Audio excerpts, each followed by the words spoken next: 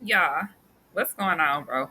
Welcome back to Style for Growth, the space where style meets soul and presence is power. I am your host, Sensei Shabila Moore, mindset and style coach and founder of Authentic Glow Coaching. This season, we're diving deep into power and color, how the shades you wear shape the way you show up, lead, and evolve. Whether you are dressing for your next level or redefining simply what power looks like for you.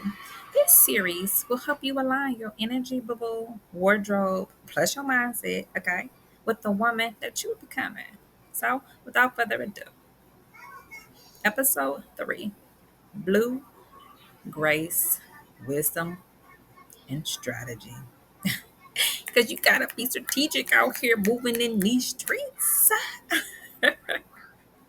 All right, so the thing we're gonna focus on is blue as a tool of trust, emotional control, and influence. For sure, for sure. I mean, if I'm really feeling cool about something that's going on, I do not mind a good solid blue. Our home has so many blue colors, and blue is really about tranquility, having that calmness of spirit. And blue also really reminds me of water. So when I'm thinking about what water entails, water kind of sort of gives off this energy that flows kind of sort of no matter what necessarily is taking place, it can flow any type of way. That's something, so one of the things and or some things that I really appreciate and admire about water's power. It can go anywhere. Really nothing can stops it and can stop it. And that's something that is really of a benefit. I mean, if you're really trying to get somewhere high and mighty and you don't know what else to do, water, let it out. And you know what even else is really powerful about that? The fact that we have so many tsunamis. Every time there's so many different type of rain and floods, things of that nature. When the levee broke down in New Orleans, like I mean, it's just devastation. But at the same time, and token, how do you persevere? That's really the question that you want to focus on. So why CEOs and coaches wear blue to hold space and stay calm? Again, it's about tranquility, the serenity that you feel when you're in a body in the presence of a body of water. What first comes to mind? That flowing nature that allows you that you can do anything. You can go anywhere. You can be anybody that you want to become. You can set the tone really high. You can set the tone so high that can't nobody else get up to you who's not on the same frequency as you are. So that's really where you want to go into, no matter how many things people say, no matter how many times somebody bumps into your shoulder. Eventually, as you rise higher and higher and higher, anybody else who cannot meet that same energy and frequency has to stay below you. So therefore, there's less of a chance of interception. It's less of a chance to bump shoulders. It's a less of a chance to become hurt because you already know that your level of frequency is only able to attract and is available for people who mirror that exact same energy. So the people that's so busy stomping on your toe, throwing shade on your name, disrespecting your legacy, throwing shade on the things that you work so hard for, being bitter about the things that you work really hard to build. Those people are probably going to lose their breath and run out of air and oxygen because that negative energy and frequency has taken up so much of their effort that they're going to tap out midway through reaching you at that level that you are at. So that's a good thing. If anybody didn't know, that's a positive thing. And that's a powerful way to look at your life.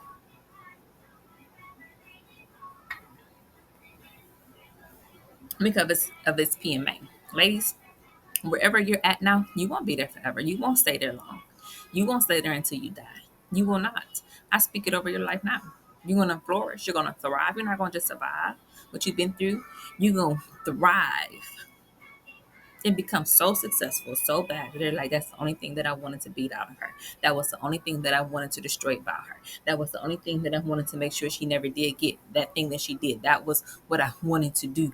That idea about her. That's what I wanted to make sure that she was not ever able to taste or not ever be able to afford or that lifestyle that you're striving, aiming for. You're going to thrive in that environment day in and day out, and your enemies are going to flee before you.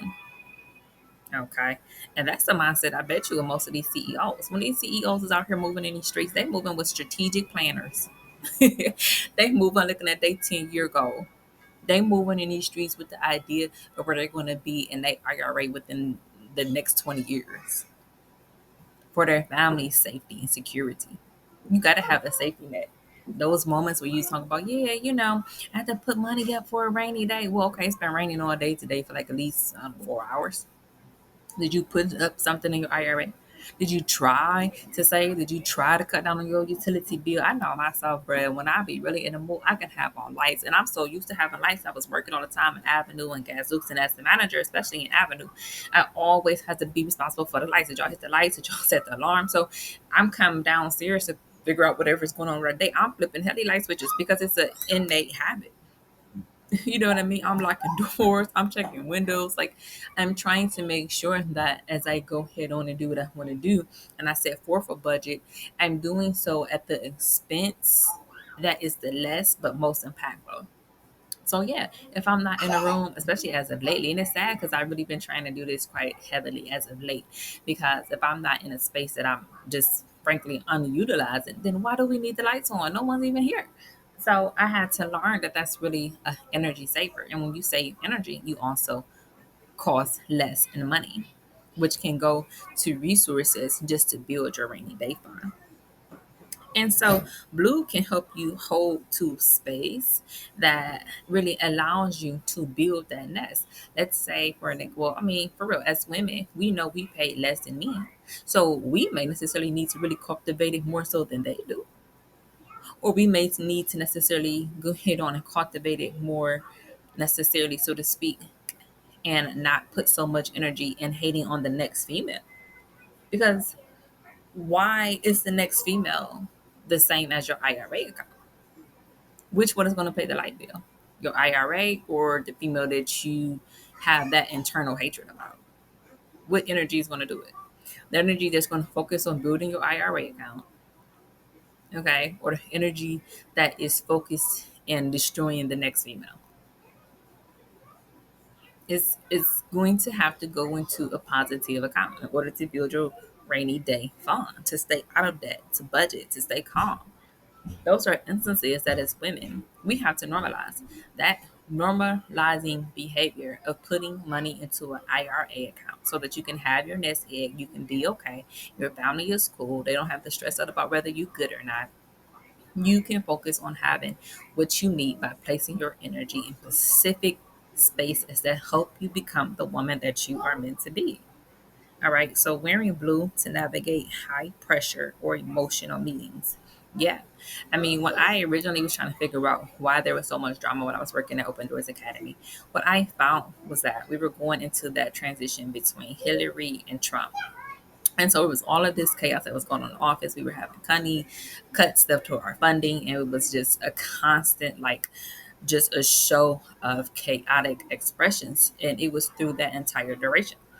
And the point became so crystal clear that how in the world is it that we're able to actually deal with this emotion of really leaving this entire scene behind and moving on into something else that's new? I mean, how am I physically going to allow myself to do these things? Now, our logo colors at that particular point in time focused around the color green, but a blue is really where we get to wear dark denim and dark denim and blue, dark denim blue jeans. So that's really where that traded off in a really nice and positive professional manner. Because at the end of the day, I have to accept responsibility for whenever my name is called. And Tasia, can you step into my office, please, for a little bit here in the next 10 minutes? We need to speak to you about severance pay. Okay, sure. Thank you. No problem. I'll set the stopwatch now. Or, I mean, but do you see how those emotional settings, I had really great friendships.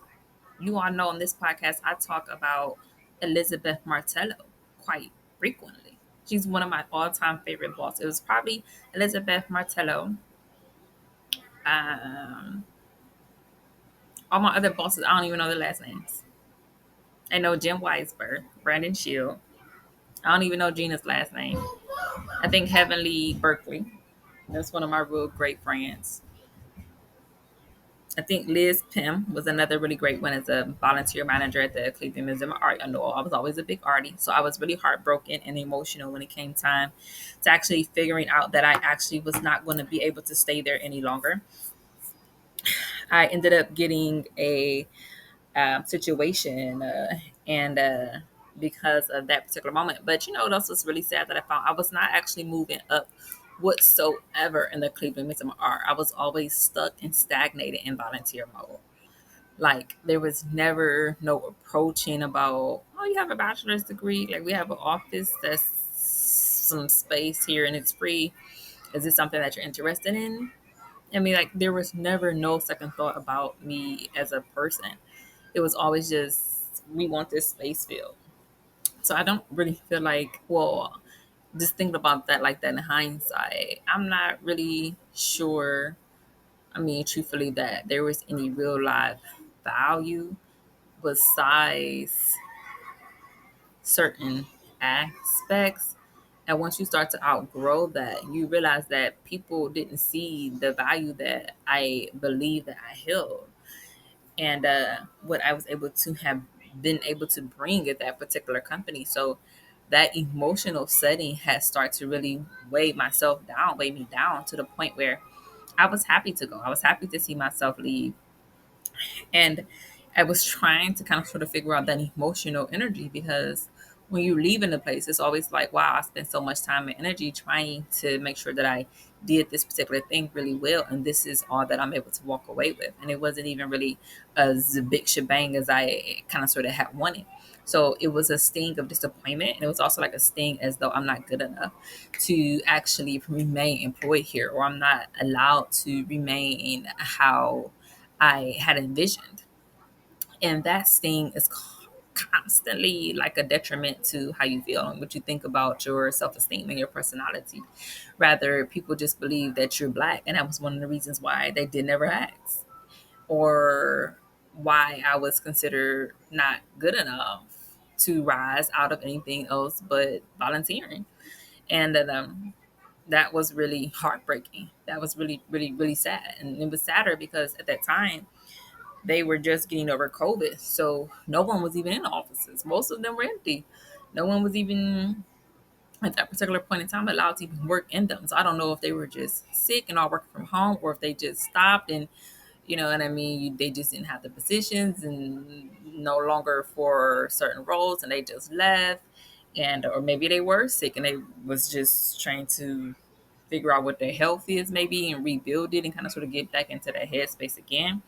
Or it simply could be that they had all these empty spaces and people who were sick and COVID was there and the numbers were down and it was a perfect opportunity, but no one thought that I was getting enough because of the simple fact that I'm a black female.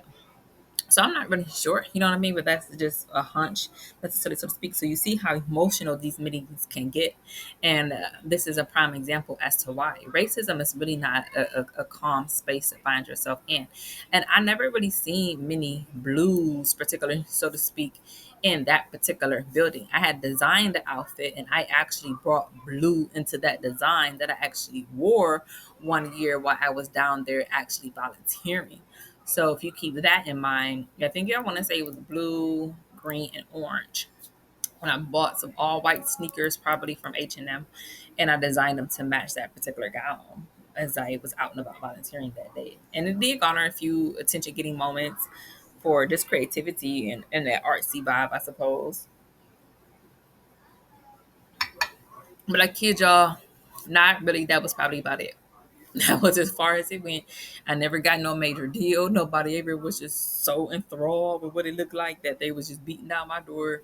And I was really devastated. I was really disappointed, truth be told, that it ended the way that it did. It was just no outcome. It was just basically a way to get out the house, a way to combat depression. Like which I guess was stupid because if you don't even realize that your skin tone is a barrier, it just made you more depressed. So it actually defeated the purpose, mind you. So yeah, I was really ready to leave at that point. I mean, it was just getting so crazy. And so navy versus cobalt versus sky blue. I love a good sky blue. And cobalt probably is a little brighter. And navy is really kind of sort of like that dark color. Like when I was going to school at Cleveland Central Catholic High School, they made us wear navy blue pants, which I did have a pair of navy blue pants, and khakis. We were never allowed to wear black. And so that was a part of what our uniform was. So navy blue was always pretty cool. And I'll always usually pair with a pair of black shoes. We had to have solid black shoes or brown. Sometimes I would try to express my fashion ways, and sometimes it wasn't always so quickly recommended. Sometimes it took a little bit of time because I would wear gold shoes or some kind of like cherry printed canvas type of band looking shoe. And that particular moment was just kind of sort of like a way to just express what was taking place and going on. It wasn't really because I was trying to garner attention or anything like that. I just always loved art. And then you have styling blue for softer yet unshakable presence. Well, if like even now, if I want to put blue in something, that's my prerogative. If I want to put blue in an area that has many dark experiences, that's my prerogative. Or let's say, for an example, I want to do blue hair. I saw a girlfriend that I hung with a long time ago, Kiana, and her hair was blue, but actually I thought it was pretty. And so, you know what I mean? It really aided in her beauty. Kiana's a really pretty girl.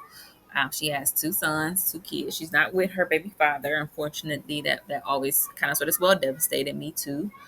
Well, it's devastated me myself. Because I'm always the stickler and rooter for the family dynamic being that one unit. So, you know what I mean? When that didn't happen, I definitely felt a certain type of way.